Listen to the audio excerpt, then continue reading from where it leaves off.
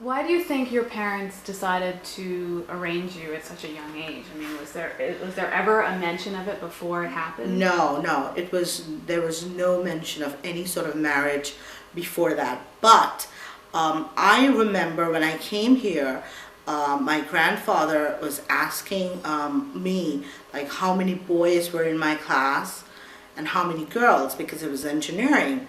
And I said, well, the ratio of boys is a lot more than girls. And for my IE, I was an industrial engineer. There were 23 of us, and 19 of them were boys. So, and then I overheard one evening my grandfather and my parents talking that, if you don't get her married early enough, I mean, she's going to meet somebody in college, and that person might not be Indian. And so it's better to get married off early, so that, and besides, my grandfather had this thing that he's going to die and he wanted to see me married. That was also a big thing, and this sort of like fell into place. I mean, there was this guy waiting there almost. I mean, he was just, he was known to my grandfather's brother, and he said he was a good boy, he came from a good family, they were nice people. So it was just like a sort of, just fell together, everything. Did you ever throw a fit? Like, were you ever like, I'm not going to do this, no way? No, I never had that. My grandfather used to be like very overbearing. He was a barrister, and he was like always like, he was 6 feet 2 inches. He was a very, very powerful sort of a man, and I couldn't look him into the eye and even talk. I mean, he always dominated me ever since my childhood, so I used to be scared of him. I used to love him a lot, but I didn't have the thing to say that no, I'm not going to do it. Besides, it was like sort of like ever since I was a little girl, my grandfather always used to say how like whatever he does for me and whatever he thinks about me would be the best for me. He always used to tell me that, like, because, he always used to say, like, whatever I do for you and whatever I decide for you, that's going to be the best for you. And so it was like sort of in my head since I was little that, they're like my parents. They were more my parents than my own parents. I grew up with them. I was a very unhealthy child when I was very young. I mean, I was in an incubator when I was born, and my grandmother should have saved my life. So I've been with her since my birth, and my grandfather always took care of me and gave me everything. I mean, in whatever I needed, I wanted. I mean, I grew up in luxury, So it was like sort of, I had this idea that, what he says is right. He probably want the best for me. All parents, I guess, want the best for their child, but it was sort of like groomed into my head, And because my upbringing was in Calcutta, it was easier, I guess. If I grew up entirely in the West, I don't think, I probably would have thrown a fit, or I probably would have, at least showed some kind of a resistance, but I didn't say anything. I mean, whatever you decide, fine with me. Because I guess I realized bottom down that, it's probably the best. I mean, I really can't say now. I mean, what I thought at that age when I was 19, I can't remember. Can you give me a little rundown of career-wise, like where you went with your engineering degree? Well, career-wise, I didn't go any place. I mean, when I came back here, 88, I interviewed with Philips. I was called for my second interview, but then my grandfather all of a sudden died. So with his business, I just had to take over. I couldn't even pursue my career. There was nobody to take over the business. My mom's his only child, and my mom was in the USA. So who would take over the business after him? There was nobody there.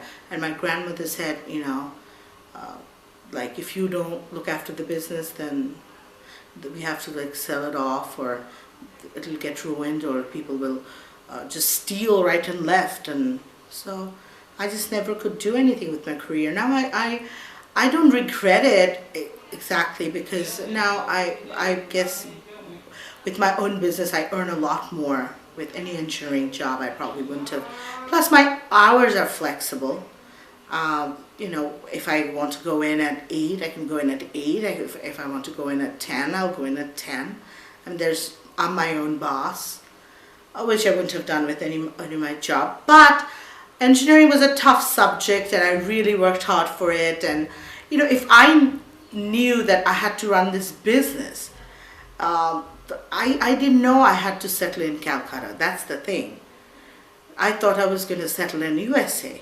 So I would have, if I knew my life would turn out like I would get married and my husband would refuse to go to USA, I mean, then I probably wouldn't have studied engineering. I would have studied something like business, because that would have helped me more.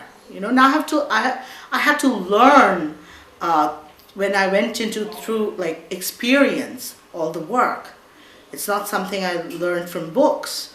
It's just practical experience has taught me over these 12 years I've been working there, has taught me everything that I know. Now I'm a pro at it, because I had my engineering background there, so it wasn't like I'm not like a real dodo or something like that I don't know anything. But engineering is not of any help.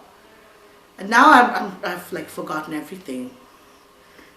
What is your parents' business, just for the record?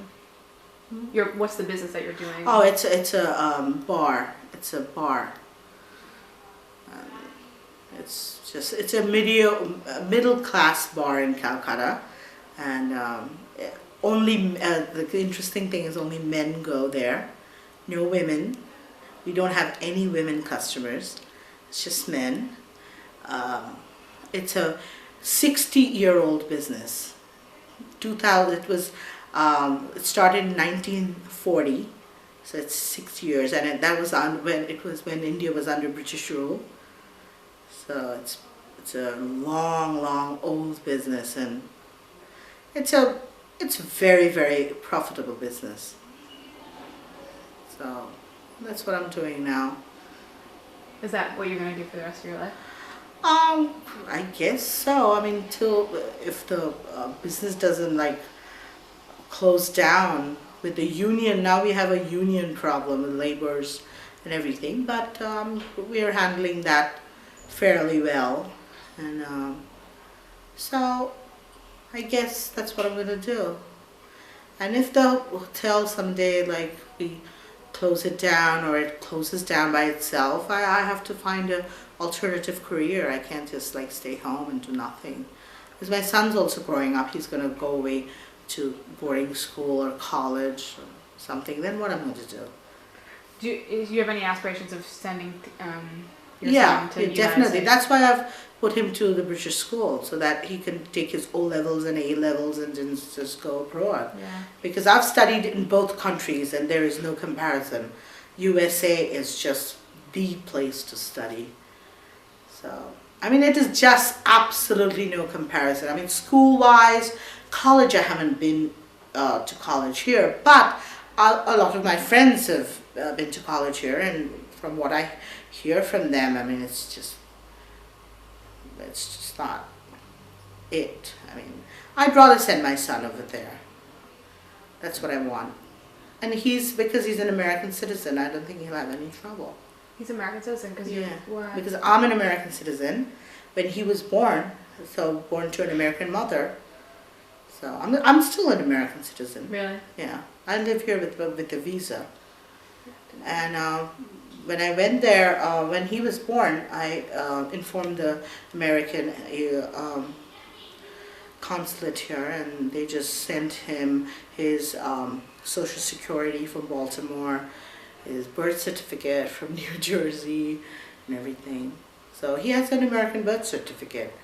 Wow. Yeah, though he was born in Calcutta. Right. It just, his birth certificate says that he's an American national, but born in a foreign country and everything. Huh. Yeah, he has his social security, everything. He has his passport, American passport. Wow. Yet he's never been to America. No, he's never been to America.